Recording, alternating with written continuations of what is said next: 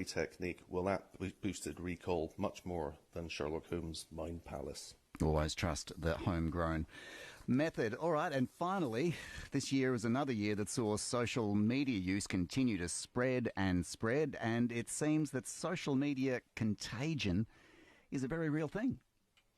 Yeah, that's right, Glenn. This is a really odd one. What they have termed a mass social media-induced illness. And basically we're talking about young people catching Tourette's-like symptoms by watching videos of people with Tourette's on social media. Now, Tourette's, of course, is that neurological condition that means people have tics. Now, that means they say things involuntarily or they make involuntary movements, and that's what we call the tic. Now, this story arose because some German psychiatrists noticed that there was a spike in young people who were attending their Tourette's clinic, and they all had the same tics, which, of course, would be highly unusual. So they were mystified by this until they recognized those same tics in a YouTube channel. Now, that's a YouTube channel called Thunderstorm in the Brain, which documents Jan Zimmerman's life with Tourette's, and we can see his tics in those videos. So it looks like particularly young people are vulnerable to picking up these Tourette's-like tics from watching social media videos.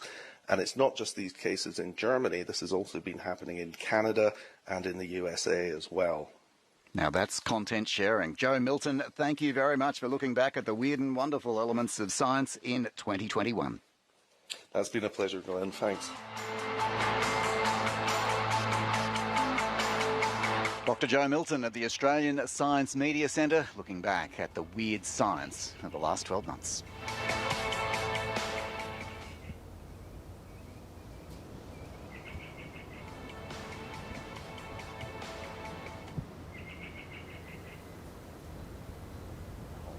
Australian great Leighton Hewitt says the season-opening ATP Cup promises the best atmosphere a local tennis tournament can offer.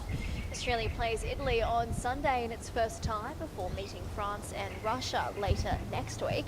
Hewitt is captain of the Australian team and remembers fondly the 2020 run to the semis.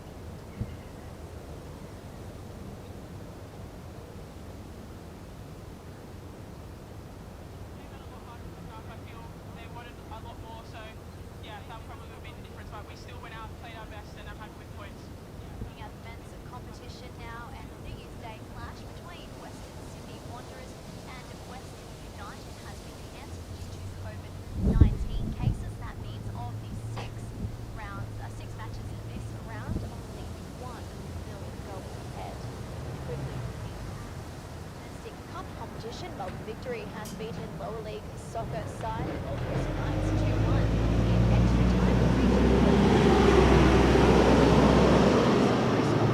coaching the NPL Queensland side, and he also brought himself on as a second half substitute. Robbery has left Manchester City fullback João Cancelo with cuts to the face after he attempted to fight off the criminals. The 8-year-old posted an image of his injuries on Instagram, explaining, "Unfortunately, today I was assaulted by 4 cowards who hurt me and tried to hurt my family. They managed to take all of my jewellery." Cancelo is reportedly not seriously harmed and is helping police with their inquiries. The Portuguese defender has appeared in all but one of City's games in the Premier League this season. And in Premier League soccer fixtures, Norwich have confirmed their game at Leicester City on Saturday has been postponed thanks to a shortage of available players through positive COVID-19 cases and injuries. Premier League protocols say clubs should play if they have 13 outfield players and a goalkeeper available. It's Norwich's second postponed match this season and the third for Leicester City. I mean, Glenn, it might be a little bit hard to play a football match if you don't have enough players to make it onto the field. It's the reality at the moment, that's for sure, Brie. Thank you very much. That's the latest in sport. Financially, the Australian market is closed for the year and pretty much gave up most of yesterday's gains. The ASX 200 losing 0.9% or 69 points to finish the year at 7,445. Gold up by about $2.50 US to 1,817. West Texas crude by 76.78. And your Australian dollar holding on to that 72.5 US cents mark for now.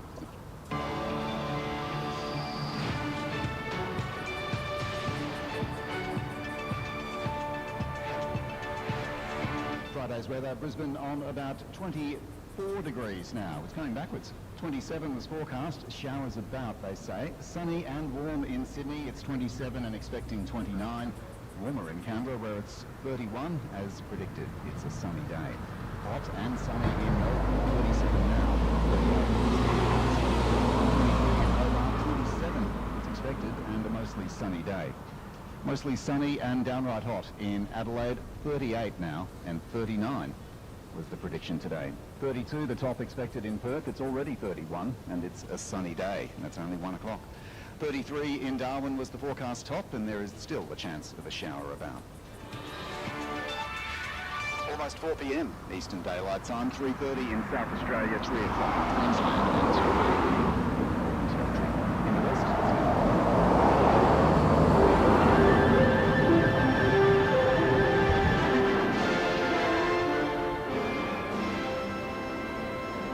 ABC News with Glenn Lauder. New Year's Eve revellers are gathering at vantage points across Sydney Harbour to ring in 2022. Cecilia Connell is there. It wasn't the traditional rush to stake out the best spot to engage days, spreading out tickets and counting down the hours till the festivities begin. In addition to the 9 p.m. and midnight firework displays, tonight will also feature a special tribute to the country's first responders. As a COVID safety measure, all waterside locations are ticketed. But even so, crowds are significantly smaller this year, with only 40% of the 17,000 tickets allocated so far. It comes as New South Wales recorded more than 21,000 COVID cases today. Residents of some towns along the Victorian and South Australian border are being urged to take shelter indoors as a dangerous grass fire continues to burn out of control.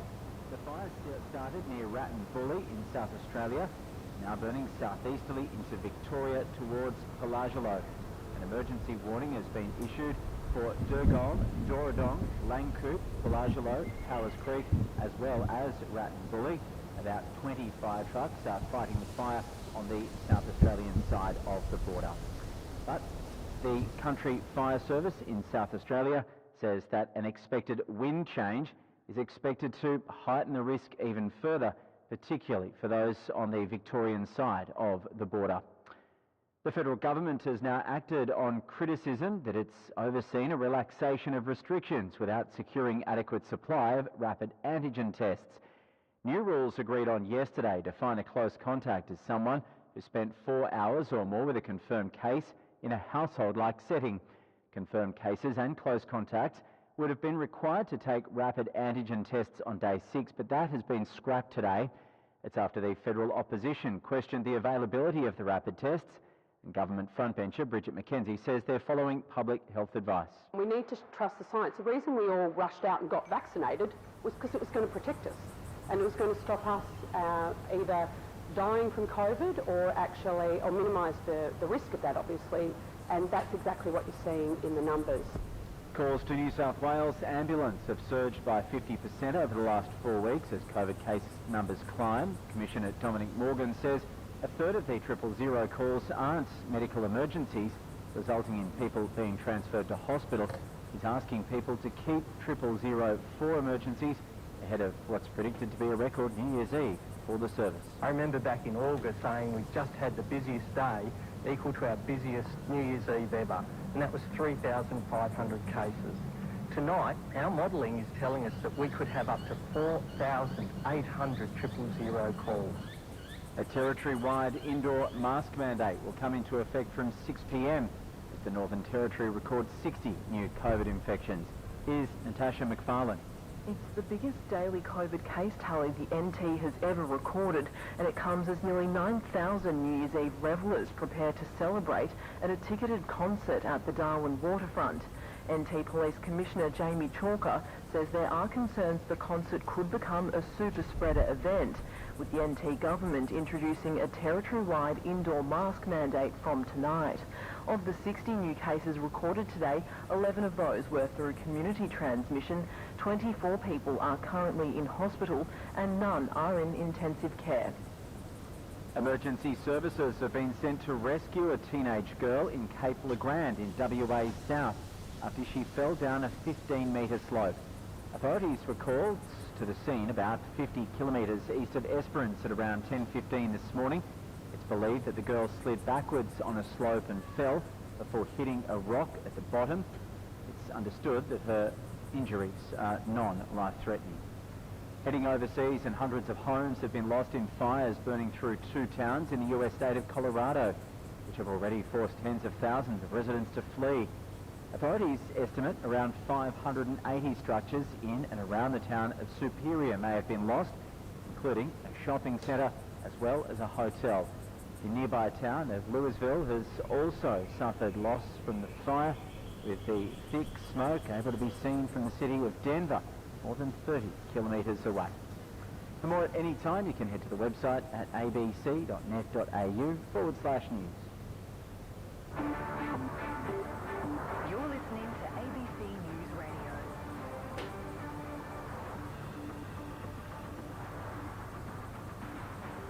Good afternoon, I'm Glenn Bartholomew. It's Friday the 31st of December, and coming up, changing times. National Cabinet again amends its new COVID-19 rules. South African authorities say the Omicron peak has passed. So we know that these data are high quality and reliable, and they've been interpreted by very seasoned South African scientists. And the Ashes cricket series up in the air as Australia's Travis Head tests positive for COVID. Showers in Brisbane, maybe a shower in Darwin. It's fine and clear in the other capitals this Friday. Well, just a day after the federal government significantly reduced isolation rules for COVID-positive people and close contacts, infection numbers are again skyrocketing across the country. New South Wales recorded more than 21,000 cases, 21,100 in fact, and the number of people in hospital has jumped by almost 100 to 830. Victoria's reached almost 6,000 cases today. The question many health experts have now is, what will the new rules mean for the spread of the virus? Here's Catherine Gregory. According to modelling done for the federal government, New South Wales is expected to hit 25,000 COVID cases a day by the end of January. But on New Year's Eve, the state almost hit the grim prediction, and those official numbers underestimate the true extent of virus spread. It comes just after the federal government reduced the isolation period for COVID-positive people and watered down the definition of close contact. What we're seeing here is the tension between what we know and what we don't know scientifically on one hand, and the economic and political imperatives to stay open on the other hand. Sarah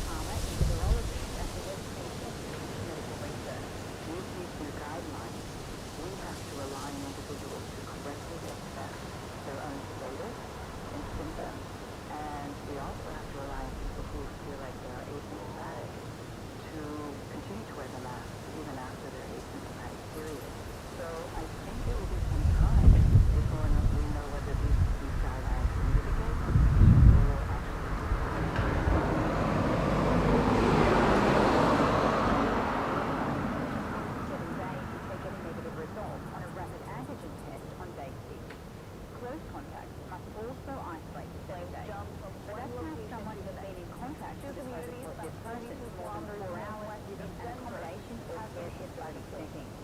In the US, COVID-positive people only have to isolate for 5 days after a flight. 100 Rohingya refugees have been allowed to disembark in Indonesia.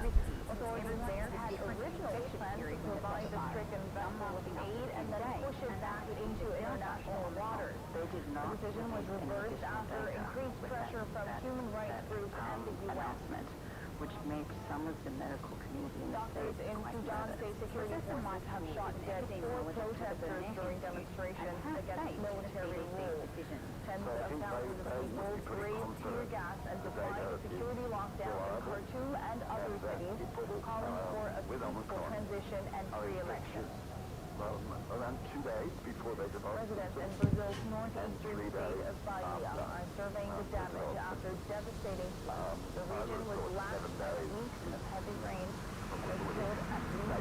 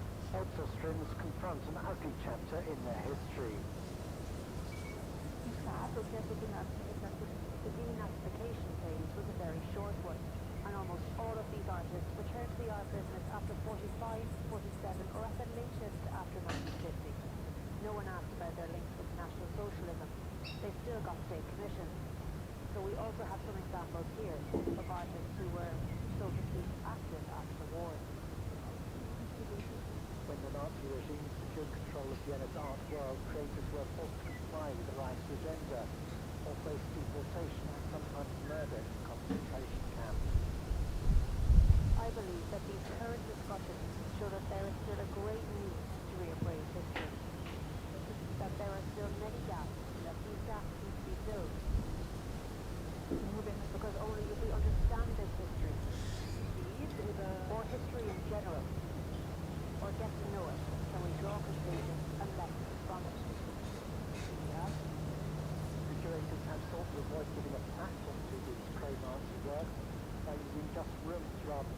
dense, large halls and extends the city complex.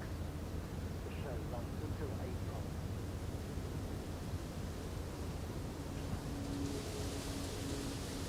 You're watching Euronews now. We'll be back with more shortly.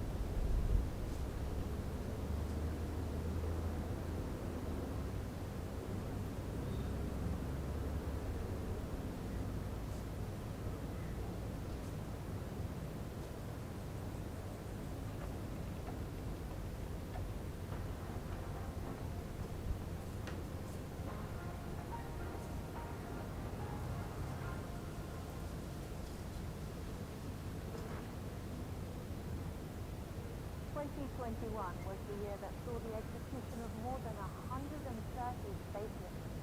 The quest to be the final frontier included 3 Mars missions, the James Webb Telescope mission, and a new space station.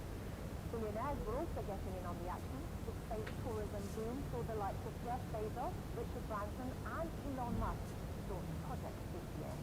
And life imitated art when Star Trek's William Shatner took off into space in the quest for life, but not as we know it. For more on those space cadets, I'm going to pick the brains of astronomer Francisco Diego, who joins me now from London. Thank you for taking the time to speak to us, Dr. Diego. So I'm going to begin with space tourism. It seems to have become the preserve of the mega rich. Do you see that changing in the future? I hope so. The activities in space, maybe we'll talk about that later on, but are being out of control at the moment, and that needs to be regulated. So, especially when it comes to commercial and tourism, it has to be regulated because we are in a very agile environment, very versatile environment with many actors in the system, and there are lives, human lives in the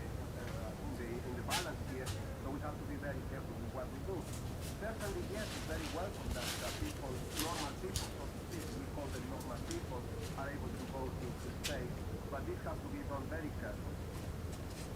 The recent clash between Elon Musk and China raised concerns about policing in space. What sort of role does the UN Space Agency play, and how efficient is it? Not at all. I mean, these things are happening in a very free way, where people are, like Elon Musk, sending thousands of satellites into space without any restrictions. There is an outer space treaty from the United Nations that was set up at the time of the Apollo mission last century, and that has been implemented. It needs to be updated and needs to be implemented and enforced.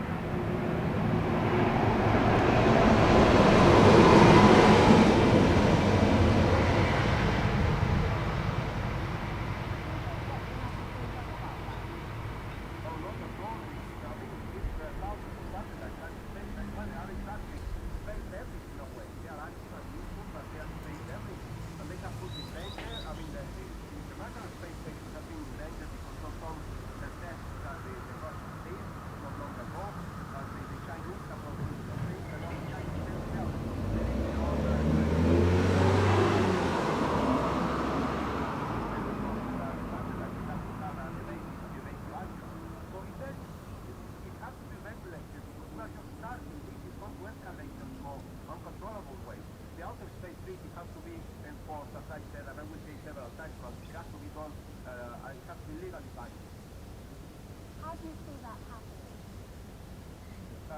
Well, we are now dealing with something which is similar to climate change, is similar to the climate crisis that is our planet.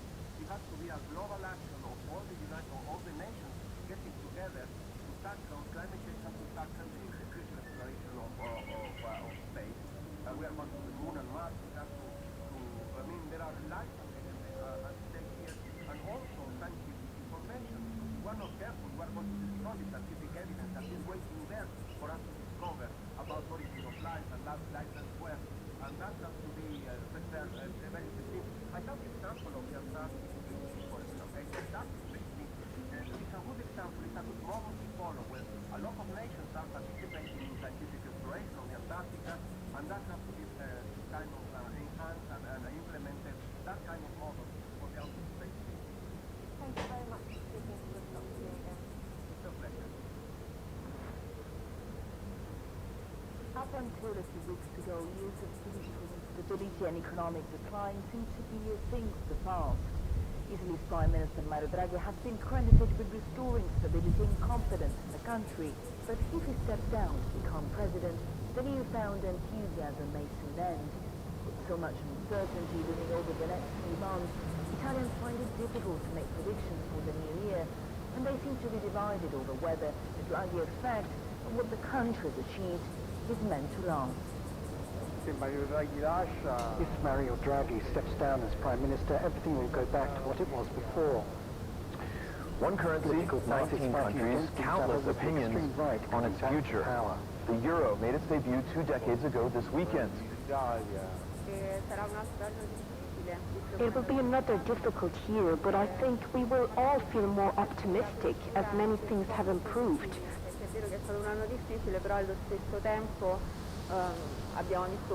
Much of it will depend whether Draghi will stay or not. I think the positive feedback we have had from the international community is based on his presence. I think that the so-called Draghi effect has never existed. I think that the media have created it, and it hasn't brought those benefits Italians had hoped for. The country's economy has grown under Draghi's leadership. Italy's GDP is expected to increase by around 6% this year, and that's also thanks to the EU recovery funds and a new set of reforms. Italy's vaccination rate is one of the highest in Europe, but the COVID emergency is not yet over, an issue that adds up to Italy's long-standing problems such as youth unemployment, and one government term is not enough to fix them. Unfortunately, we will have to wait a while before we can say the pandemic is over and that we're out of the woods. Italy is a country for the old. The focus has been on the elderly for too long.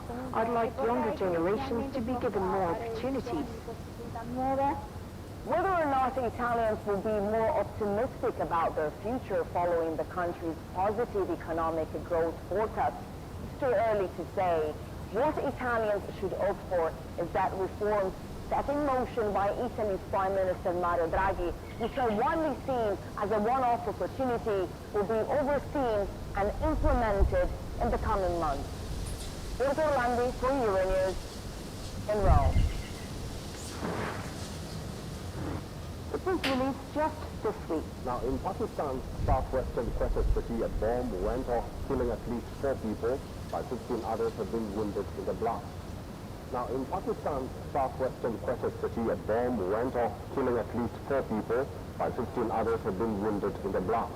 The bomb exploded late Thursday at the gate of Government Science College in the Jinnah Road area. The college was closed at the time of the attack due to the winter break, and none of the teachers or students were among the victims. The leaders and workers from the student wing of Islamist party, Jamiat Ulema Islam, had gathered there for the convention. Police said an improvised explosive device was planted under a pole near the main gate of the college.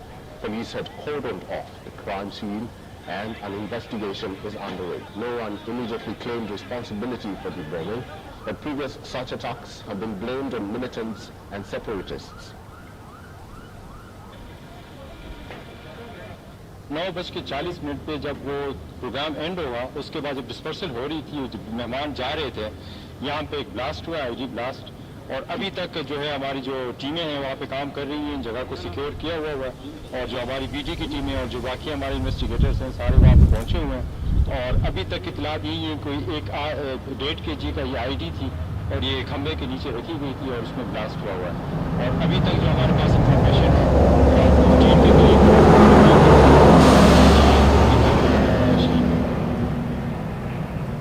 which is the capital of Balochistan province, is home to several separatist and Islamist insurgencies. The restive province has long been the scene of a long-running insurgency.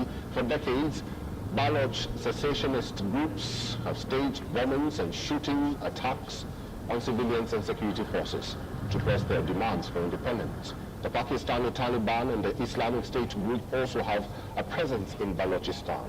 Islamabad insists that Pakistani forces have quelled the insurgency in Balochistan, but violence has continued there. The chief minister of the province, Mir Abdul Qudus, called the attack an act of terrorism.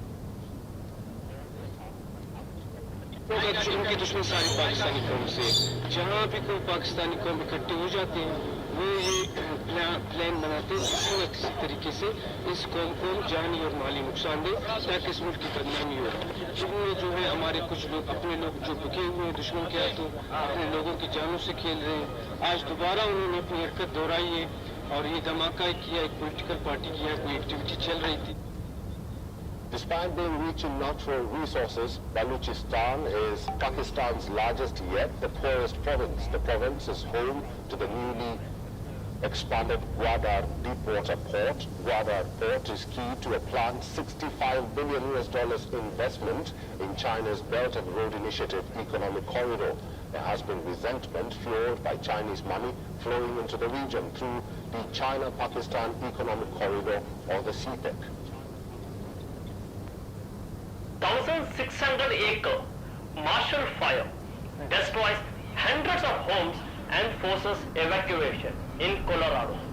Hundreds of homes were fueled on fire and thousands were evacuated when the 1,600-acre fire swept through Colorado on Thursday.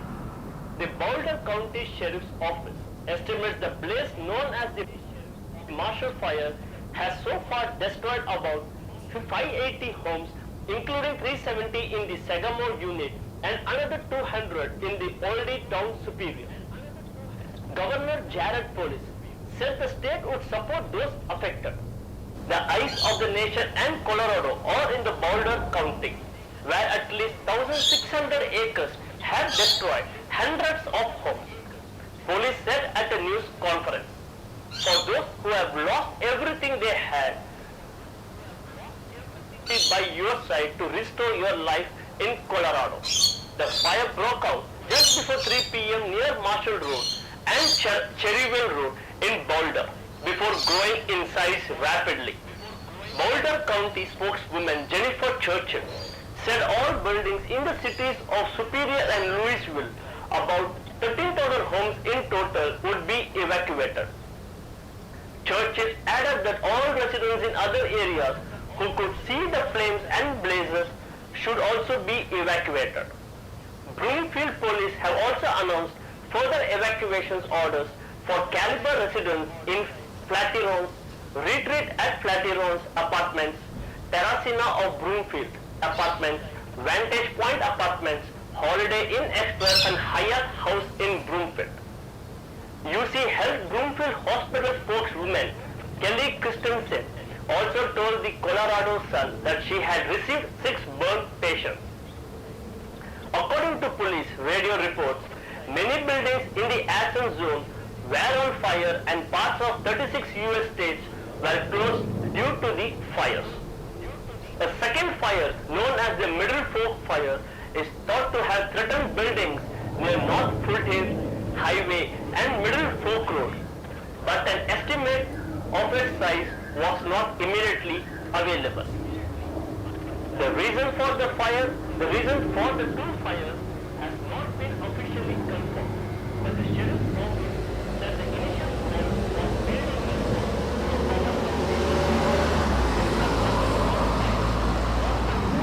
was made and reported in Boulder County on Thursday. Thanks. It was released just this week and has already become one of the most watched films on Netflix. Don't Look Up is a satire with a host of A-list stars, including Leonardo DiCaprio and Meryl Streep. It sums up capitalism, greed, politics, and tackles the urgency of the climate crisis, a theme that has been welcomed by green activists. Among some viewers who say it is and tackles the urgency of the climate crisis, a theme that has been welcomed by green activists. But the film has polarized opinion among some viewers who say it is too pessimistic. Well, to discuss this further, I'm now joined by film critic Colleen Adams. Appears to have tapped into the zeitgeist while polarizing opinion. Meryl Streep's president alludes to a female Trump, while Leonardo DiCaprio plays a scientist who is struggling with his mental health. Do you think it holds up a mirror to society? I think it definitely holds up a mirror to society, especially the way we deal with climate change and the impending crisis that we're talking about. Here it's a little bit more obvious because Jennifer Lawrence, PhD student,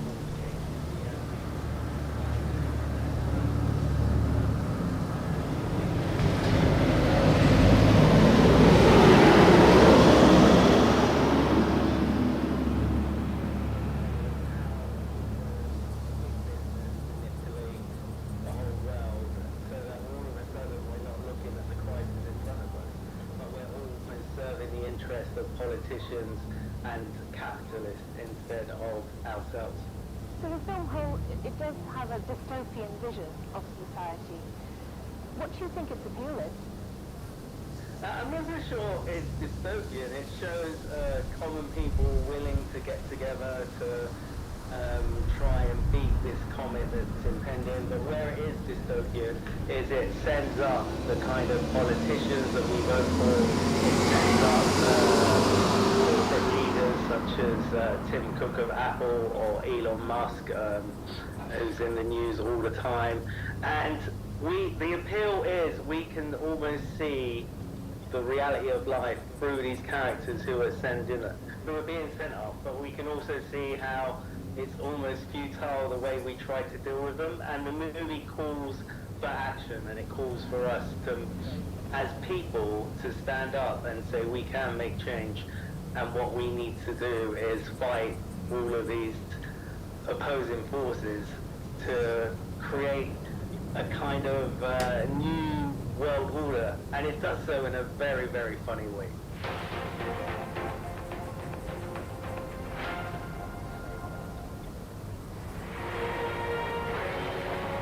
I wasn't supposed to be a fisherman. It is in our veins, in our blood. The ocean is the cradle of life. It explore the new opportunities and challenges that lie within our seas. We can develop economic growth which is linked to a healthy environment. Meet the men and women who work in the blue economy. Come with us on a voyage of discovery in ocean on Euronews and Euronews.com.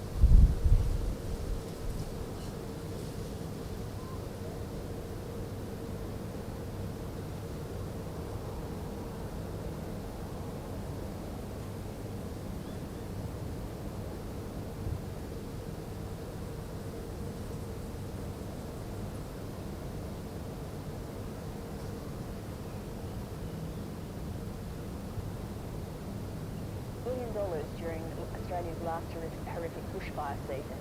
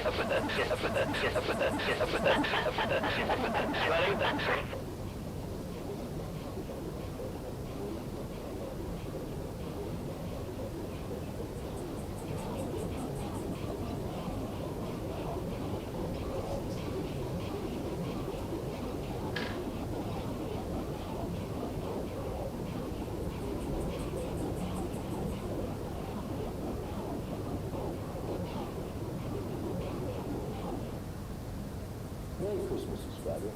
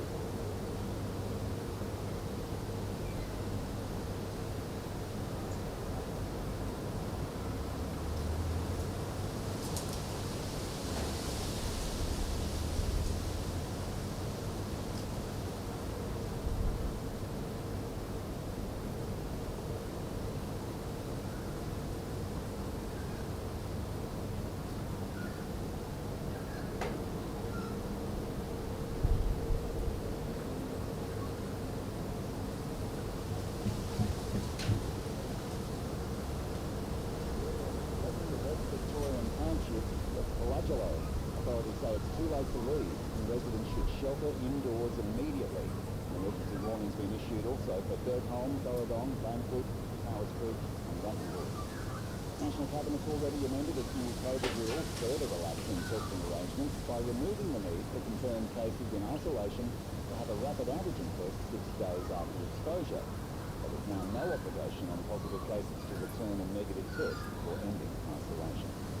The former South Korean president, Park Geun-hye, has been set free, having been granted a presidential pardon last week. Country's first female president served almost 5 years with a 22-year jail sentence for corruption. Our New Year's Eve revellers are gathering at vantage points across Sydney Harbour and in other cities to bring in 2022. Well, the headlines weren't all good for the stars, stage and screen in 2021. From deadly accidents to demands for change, and a pop icon finally free to live life on her own terms. CNN's Stephanie Ewan reports on the big entertainment stories of the year.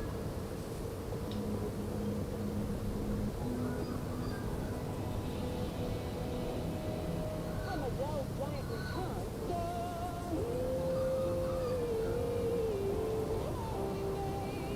The Jeopardy's host in Jeopardy. Players, who's the first? And Alec Baldwin at the center of a Hollywood tragedy. Here's a look at the top entertainment stories of 2021. Number 10. Kanye split. Kim Kardashian files for divorce from rapper Kanye West.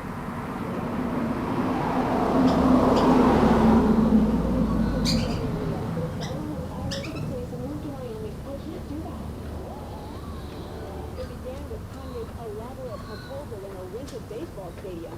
Part of the 2014 wedding airing on Eve, Keeping Up with the Kardashians. The split also airing on the show. Which, like Kanye, ended its run this year after 14 years. Number 9, a shocker when it comes to Best Actor. Anthony Hopkins wins Best Actor for The Father. Stunning Oscar producers who were so confident the late Chadwick Boseman would win, you don't need nobody messing with him about the race. They moved the Best Actor category to the end of the show. We need an unexpected. Hopkins wasn't on hand, leading the critically planned telecast to end abruptly. And Hopkins to honor Boseman later on social media.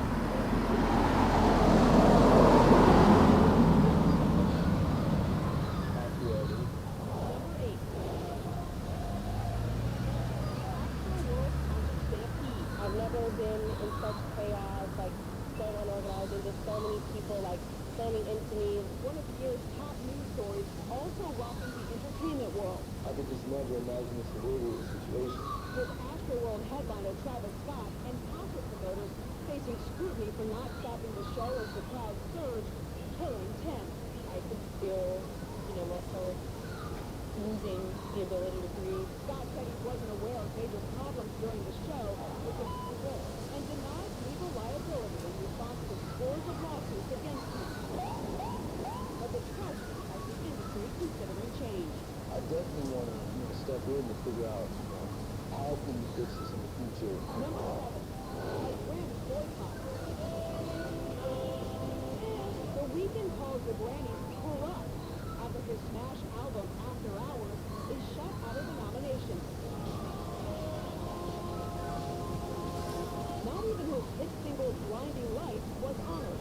The Grammy said the omission wasn't intentional and later dumped controversial nominating committee that governed the final nominees, relying on a popular vote among the Recording Academy. For a history-making night for Beyonce and Swift, the show went on where winning reigned supreme, with Beyonce nabbing her 28th Grammy, a record for a female artist. Number 6, the return of Adele.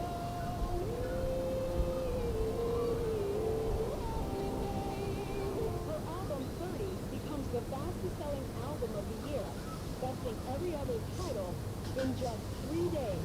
I think all day people are going to go, that's all you're going to hear. After a 6-year absence, fans can't get enough of Adele. As roughly 10 million people tuned in to her CBS special, which included a concert and an Oprah interview. I'm nearing my goal of finding my happiness. And as if that weren't enough, Adele announced the 2022 Vegas residency, becoming the hottest ticket on the strip. Number 5, the Jeopardy host controversy. After a high-profile search for Alex Trebek's replacement, Welcome to Jeopardy. Final Jeopardy. Jeopardy hired its own executive producer. Who is Mike Richards? The answer to the question is no longer the host of Jeopardy. But then Mike Richards' past incidents from another show and his comments on a podcast resurfaced. Richards stepped down and apologized, but the backlash continued, and less than 2 weeks swept the globe, becoming Netflix's biggest series ever at launch. The plot? Hundreds of people, heavily in debt, enter a game to win a huge pile of cash. The downside, if the contestants lose a game, they're killed on the spot.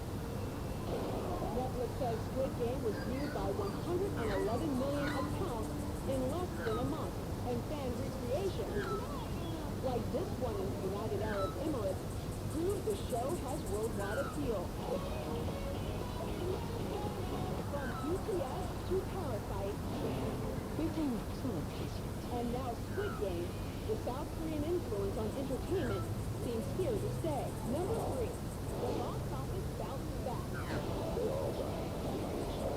Behind powerhouses like Spider-Man No Way Home, Shang-Chi, and No Time to Die, the box office emerges from the pandemic, topping $20 billion worldwide. In North America, theaters doubled their haul over 2020, passing $4 billion, still way behind 2019's $11.4 billion. But the resurgence came with growing pains as studios use streaming platforms to pick up the slack. Black Widow fighting back today. Scarlett Johansson sued Disney for releasing Black Widow on Disney Plus the same day as theaters, alleging it would cut into her profits. Disney said it had no merit. Both sides eventually settled. Number 2, the Alec Baldwin movie set shooting. The star discharged a Top Gun on the set of his New Mexico Western Rock, killing cinematographer Helena Hutchins and injuring the director. She was like, the day I arrived at set of it, so Judy, I took her to dinner. Hollywood and movie fans were stunned, left to wonder how this could happen on a fictional set. I think there was some complacency on this set, and I think there are some safety issues that need to be addressed by the industry. As authorities investigate, speculation swells. I let go and have a bang. Baldwin sat down with ABC in a dramatic interview professing his innocence and fueling the drama over what went wrong. The gun was supposed to be empty. I was told I was handed an empty gun. And the number 1 entertainment story of 2021. The Free Britney movement and the end of Britney Spears' life in a conservatorship. It was grateful, honestly, for each day. The pop star has been living a restrained life since 2008 under the tight control of her father through a conservatorship. She was so open and vulnerable. How we treated her was disgusting. But a New York Times documentary energized the Free Britney movement and put a spotlight on the courtroom. Fans rallied outside the LA courthouse until the moment they've been waiting for. Later, Spears thanked her fans and shared what life feels like as a free Britney. Running the ATM card has for the first time, being able to buy candles. It's been little things for us women, but it makes a huge difference. And many wonder if Britney will do a sit-down interview, which just might make our list next year. Just nice. CNN Stephanie Elam reporting on the 2021. Let's head to the sport desk now, where we find Brianna, I Love Whitney Holding. What's happening where you are? Well, we're looking at the Sydney to Hobart with an international jury upholding 2 protests to see Ichiban the overall winner. That's Dana explains. Well, that protest by Ichiban and also the race committee against the yacht Celestial, which was in first place on handicap, has been upheld, and Celestial has been handed a 40-minute penalty. Now, there's only a couple of minutes separating Celestial and Ichiban, which was in second place, with that protest being upheld, and Ichiban also getting a time deduction that its overall time was reduced by 3 minutes, has meant that Ichiban has catapulted ahead of Celestial and has now been declared the winner of the race. So, winner on handicap, glorious conditions here in Hobart, but there's been a lot happening off the water. that result in the protest room was only decided about 36 hours after the boats actually finished the race. So it was about 2 o'clock in the morning this morning that final race result came through. Skipper Matt Allen, it's his second overall victory in the Sydney to Hobart. Let's have a listen to what he had to say. We never want to do that. But obviously the race committee protesting the identity protest.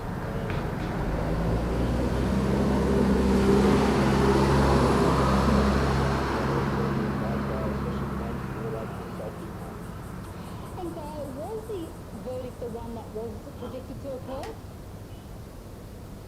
Well, the fact that the race committee had also protested as well as Ichiban gave an inkling. Now, I should mention that the protest was about an emergency locator beacon, a personal locator beacon being accidentally activated by a crew member of Celestial, and then attempts were made to contact Celestial for 90 minutes that went unanswered.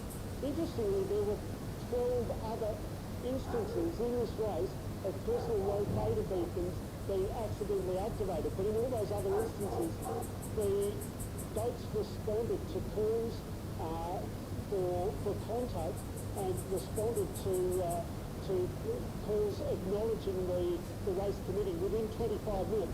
But for 90 minutes, Celestial didn't answer, and that's why they were given that particular penalty. So with both protests from Ichiban and the race committee, it was quite likely that protest was upheld, and that certainly vindicated the decision by Matt Allen to protest against the Celestial. And for the first time in the Sydney to Hobart, there's been a two-handed race.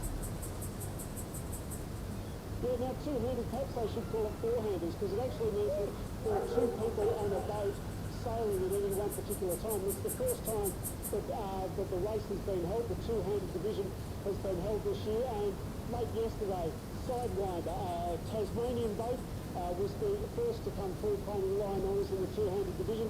It looks like it's a very popular addition to the Sydney to Hobart this year, and it looks like it's going to be around for a long time to come, Danielle. Guy, it looks glorious out there. Enjoy the rest of the day. That was Guy Stainer talking with the ABC Sports and Daniela Italy. Thank you very much, Brianna. Financially, the share market lost 0.9% to end the year at 7,444, and weather-wise, there's set to be some showers around Brisbane and maybe still one in Darwin, but it is fine and dry in all of the other capitals as we get to the end of the year. In fact, it's 39 degrees in Adelaide and a 37 in Melbourne. We'll have tomorrow's forecast for you in just a few moments' time. After this 10-minute news up, it is coming up to 5 o'clock Eastern Daylight Time and 4:30 for you in South Australia, 4 o'clock if you're in Queensland, and it's 3:30 now in the Northern Territory. That makes it 2 o'clock in Western Australia news time.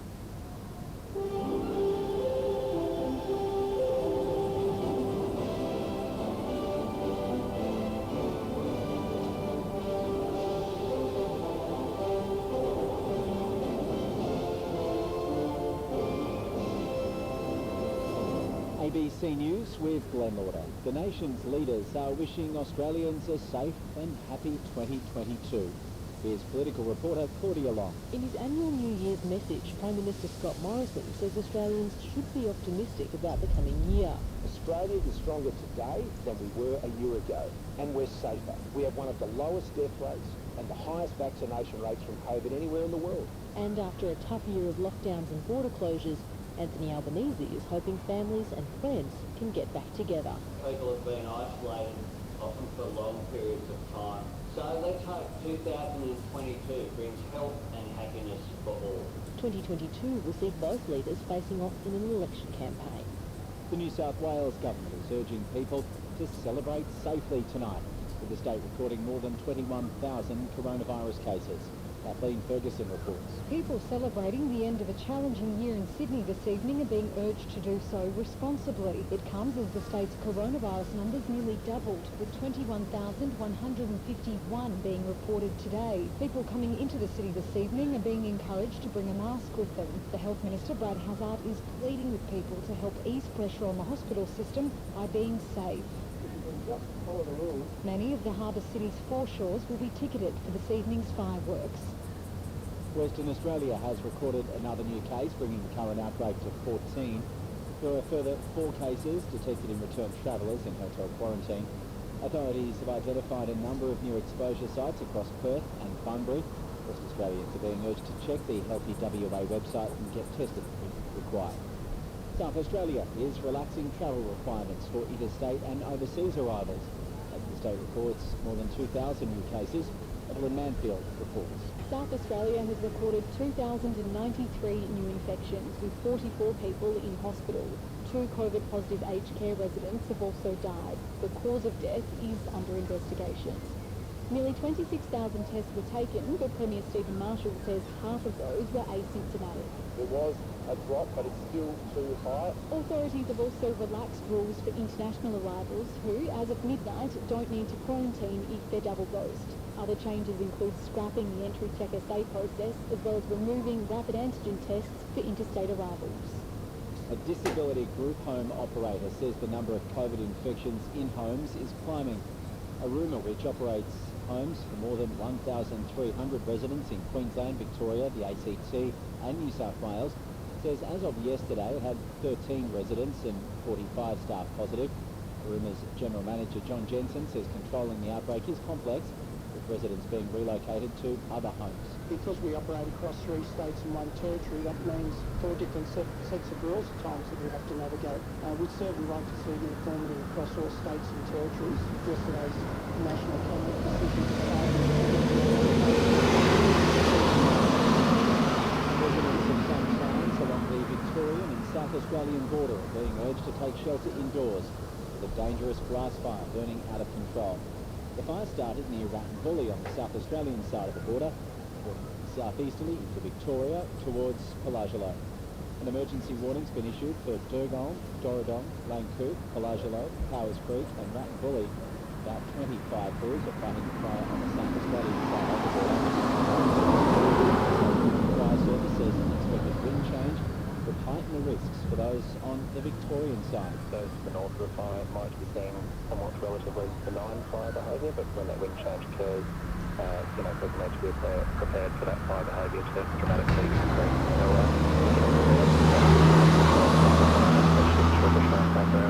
Japan's new Prime Minister is planning to visit Australia next week and expected to formalise a landmark military agreement. Here's Andrew Green. Fumio Kishida came to office in October and, apart from attending the Glasgow Climate Summit last month, has not yet travelled overseas to meet any world leader. Planning is underway for the new Japanese Prime Minister to visit Australia next week, where he's expected to sign a long-awaited defence agreement allowing the visit, which is yet to be formally announced, comes amid growing concerns over China's military ambitions in the Indo-Pacific. ABC News. The body of a teenager who went missing while swimming in the Murray River on Christmas Day has been found. 18-year-old Julius Lununga went missing in Albury's Nareel Park after getting into trouble while swimming with several other teenage boys. His body was found in shallow water a short distance from the Creamer Street boat ramp early this morning. It comes after a vigil was held last night for the teenager, who was originally from the Democratic Republic of Congo. He moved to Wodonga in 2018. Heading overseas now, and US prosecutors have ended their criminal case against 2 New York jail guards who admitted to falsifying records on the night the disgraced financier Jeffrey Epstein killed himself on their watch.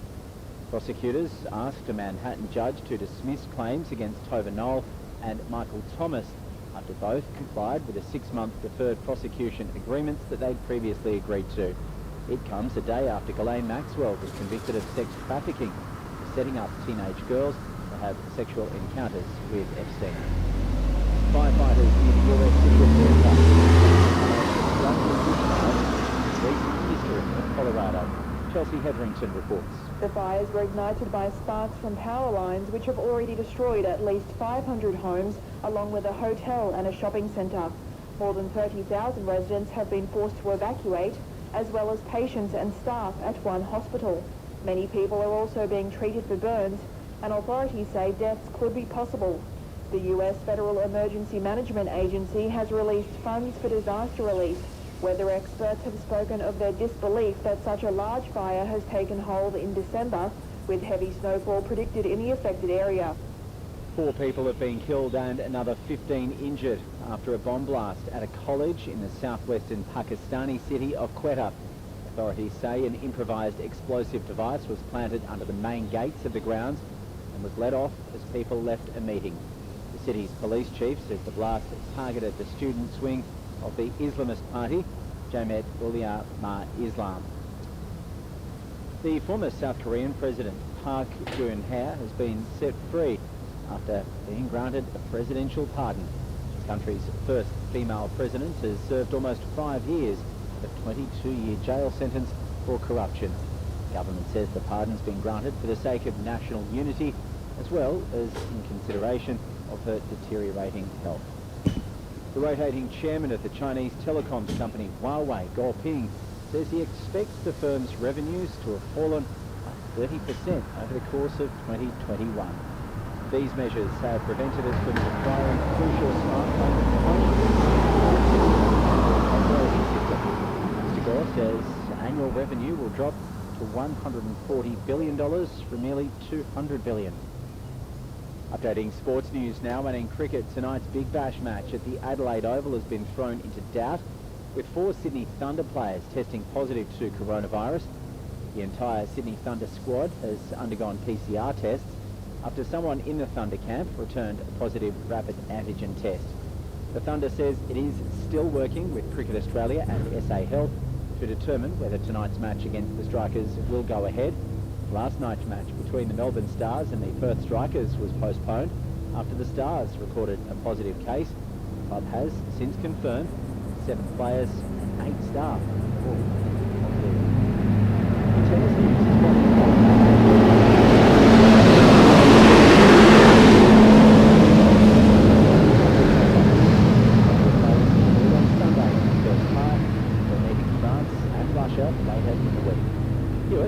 Captain of the Australian team, and he says that he remembers fondly the run to the semi-finals by his side back in 2020. The boys got to play the quarters and semis here against Great Britain, and Spain was as good an atmosphere as I've seen in Australia for a long time at a tennis match.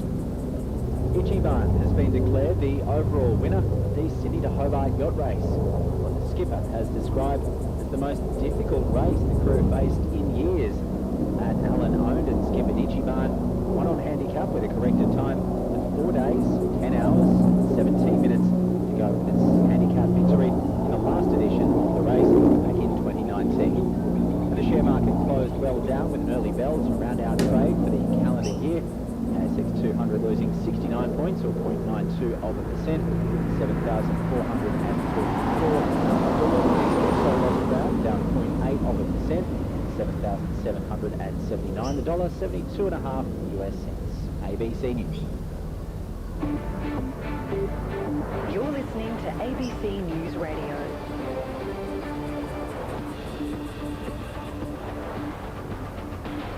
Good afternoon, Glenn Bartholomew with you this Friday, the 31st day of December. And coming up, more changes to the new COVID-19 rules, but is it the right move? We'll get reaction from the AMA in a moment.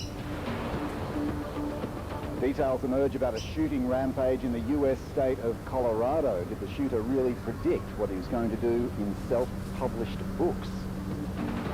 And a growing number of Australians set to bring in the new year without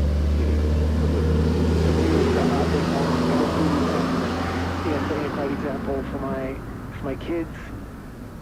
Let's check the forecast for the first day of the new year, and you can expect some showers in Brisbane tomorrow and maybe a shower or storm in Darwin, but it looks like a fine start to January in all of the other capital cities. Well, it took less than 24 hours, but National Cabinet has amended its new COVID-19 rules, further relaxing testing arrangements by removing the requirement for confirmed cases in isolation to have to do a rapid antigen test 6 days after exposure. The change comes after the rules were announced on Thursday amid complaints of price gouging and limited supply of such rapid-acting tests. So it means there's no obligation on positive cases to return a negative test before they end their isolation. Well, the President of the Australian Medical Association is Dr. Omar Khorshid, and he's joined us now. Dr. What have you made of this latest change? Well, it's quite extraordinary to see such a rapid turnaround from the Prime Minister, and it does suggest that he's received some further advice from probably the Chief Health Officers, suggesting either that they just don't have the rapid antigen tests necessary to perform this Day 6 test, or that they don't agree with the decision to use those tests. But either way, the decision's been overturned. And what that means is that people will be going back in the community without a negative test earlier than has ever been done before. And we're not aware of any data that actually suggests that's safe and that we won't see people going just potentially back to their workplaces and back to other potential sources of transmission. So if it is the former, for example, they said, listen, actually let's remove that need for a negative test before we let them out the door because, hey, we don't have a lot of those tests. Is that really the way we should be running? Well, a lot of the decisions of the last few days are very hard for us at the AMA to understand. There does seem to have been a fairly permissive approach to this Omicron variant on the basis that it is less severe, and it is less severe as far as we can tell with the data we've seen. But the problem is we're just seeing so many more cases. I mean, over 20,000 today in New South Wales alone. We're doubling over the previous couple of days. That's a trajectory that's pretty scary when you take it forwards. 20,000 today might mean 50,000 in 3 or 4 days. It might be 100,000 a day, in a week or two. And those are extraordinary numbers that not only the testing centres won't cope with, but the hospitals and other essential parts of our communities just won't cope with people. Even though the furloughing rules mean that you'll have more people available because they're not going to be called a close contact every time they've come across someone with COVID, but they might be sick themselves with COVID, or someone in their family may be sick, and it's still going to take huge numbers of workers out of the workforce and into their homes for that 7 days of isolation. So again, is that change being prompted by the need to fix that other problem, to say we need to stop getting all of these workforces disrupted, healthcare included, by having to isolate as a result of our existing definitions? What do you make of this new close contact definition? Is it a bit too narrow to say you need to have been exposed to someone for 4 hours and only in a household setting or something akin? Yeah, well, we're already seeing some states ignore that 4-hour timing, with South Australia coming out and saying they're sticking with 15 minutes. And certainly it makes no sense to us, given what we know about Omicron, which is it spreads through fairly brief exposure and very, very quickly through the community. So yes, household contacts are the most likely to catch it, whether they've been vaccinated or not. But of course, anyone you come in contact with for more than a few minutes to reasonably close contact with is likely to be exposed, is quite likely to test positive, except they'll never know because they'll be asked to have a test. And if they don't develop symptoms themselves, they could, of course, go around spreading the virus in the community. And that's the downside of this decision. It came from the right place, saying, well, we need to protect our resources, we need to point our PCR tests at the people most likely to have positive results and where the result changes what we do with them. But the downside of this move is just more cases in the community, even more pressure on the health system, the testing system, GPs, hospitals, etc. And cases in the volumes that we've just never seen before with any medical disease in this country. And it's pretty scary.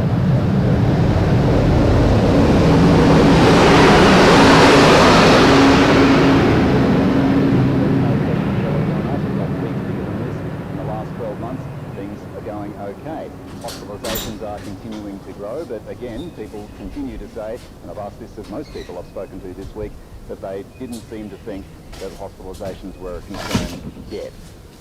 They're not a concern yet because they're at numbers that are in New South Wales just a bit below the peak of the Delta outbreak. But overall in Australia, we're now seeing more COVID cases in hospital than we've ever seen before. And they're rising at a faster rate than we've ever seen before. At what point does it have to get to be of concern, is what I've been wondering. Well, exactly. It's when the beds are simply not there, or the staff to look after those patients are simply not there because they're all off sick with COVID or because they're in isolation as well. And we're already seeing that lack of staff in St Vincent's Hospital in Sydney that has put out a bit of a call for help today. And we expect that other hospitals will be in a similar position in due course if numbers keep growing at this rate. And the problem is that it's an exponential growth, not just in cases, but also in hospitalisations. They're vastly lower than the cases, but they're still going up very steeply. And if that trend continues for another week or two, we're going to see extraordinary numbers of people in hospital in New South Wales. And yet the Prime Minister says this week's changes, that health policy needs to be dynamic and change is required. There's no point having the old settings for Delta to deal with Omicron. This is less severe. Is he right? Well, he's right that it's less severe, but I think his confidence that our hospital system will cope is not shared by the medical profession, by the nurses on the front line in New South Wales, and there's a lot of very worried people in the community who don't believe that these decisions have been taken for the right reasons and that they're going to improve our situation in Australia. In fact, they may have the opposite impact in time. And we are worried that the only way out of this may be a lockdown once the situation becomes untenable in New South Wales.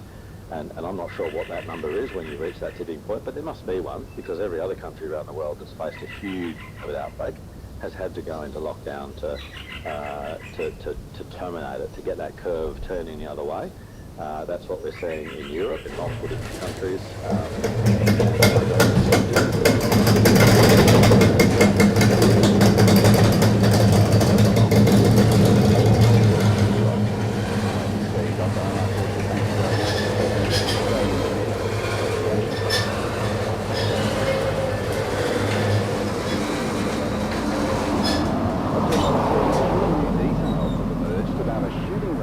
In the US state of Colorado, where a gunman killed 5 people.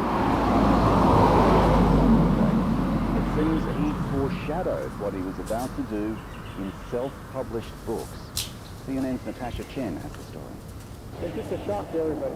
Alfredo Cardenas lost his daughter in a Denver area shooting rampage that left 5 people dead across 4 locations on Monday night. It was a shock to families of victims, but clues were left out in the open for anyone who might have seen a series of books. Lyndon McLeod had self-published under a pseudonym. His books, websites, and social media contained extreme views about guns, violence.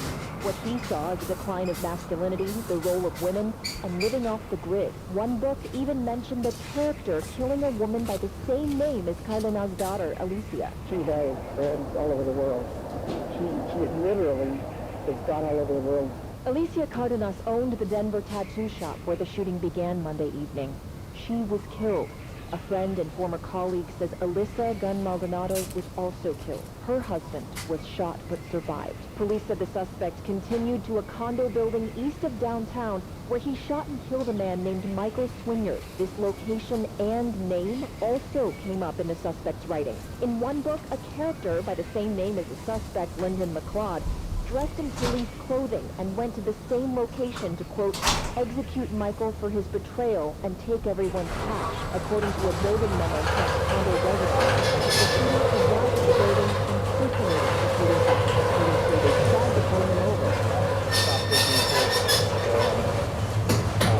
Offender turned around and began firing.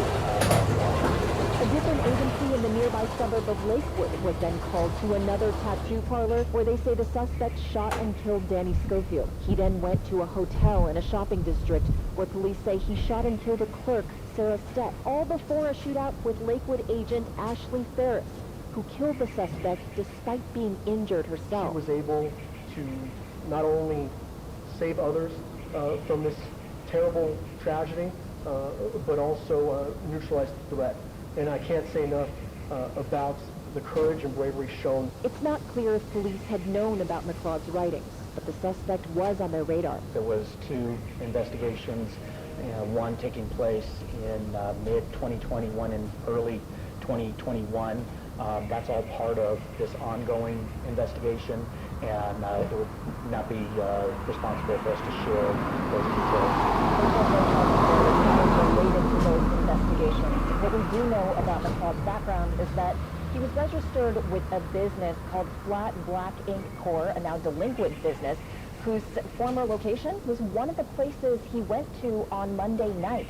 Police say he didn't injure anyone there, but did set a van on fire in an alley near that spot. What a story. CNN's Natasha Chen reporting there.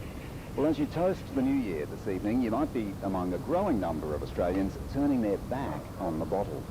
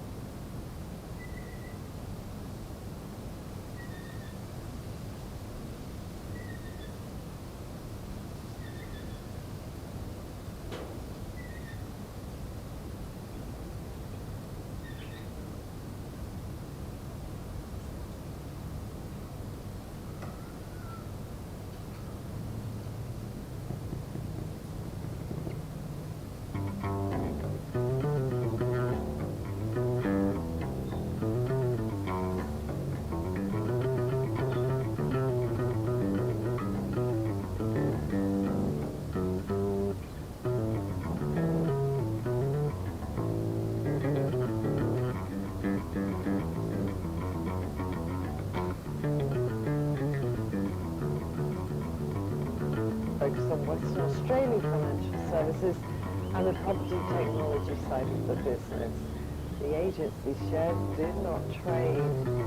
And Pure Minerals dropped after an update on the proposed spin-out of its subsidiary Vertex Minerals, expected in mid-Jan. And Select Harvest reported a fire at its waste facility in northwest Victoria, which has been contained. It anticipates making an insurance claim under its relevant policies spanning property and business interruption. It expects almond receiving and processing to still proceed when harvest begins in February. Select shares are up 3%. Economy Resources and its partner Discovex climbed off the back of a discovery at the Greater Duchess Gold Project in Western Queensland. While neither company had individual news, COVID test providers Lumus Diagnostics and Atomo Diagnostics both skyrocketed amidst heavy demand for COVID tests in recent days. Well, that's all for now for the early trade. Stay tuned to Alpine TV. We've got many more shows for you across the economy, markets and sectors.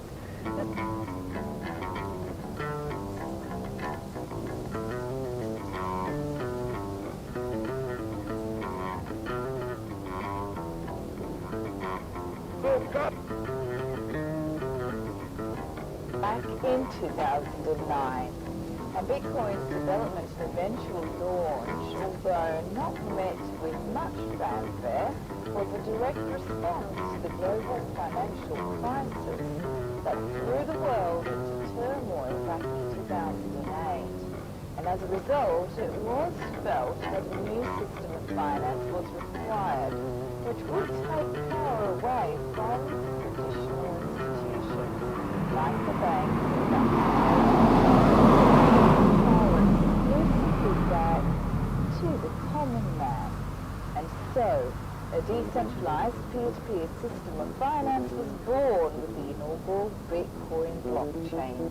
And since then, Bitcoin has gone from strength to strength, rising from relative obscurity to its recent adoption as legal tender by El Salvador.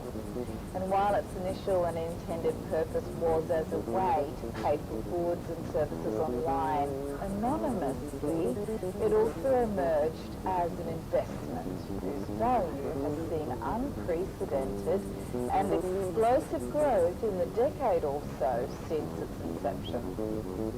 So 2021 has been no exception for Bitcoin, and while there's undoubtedly been some volatile peaks and valleys, the overall value has almost doubled in the year to date.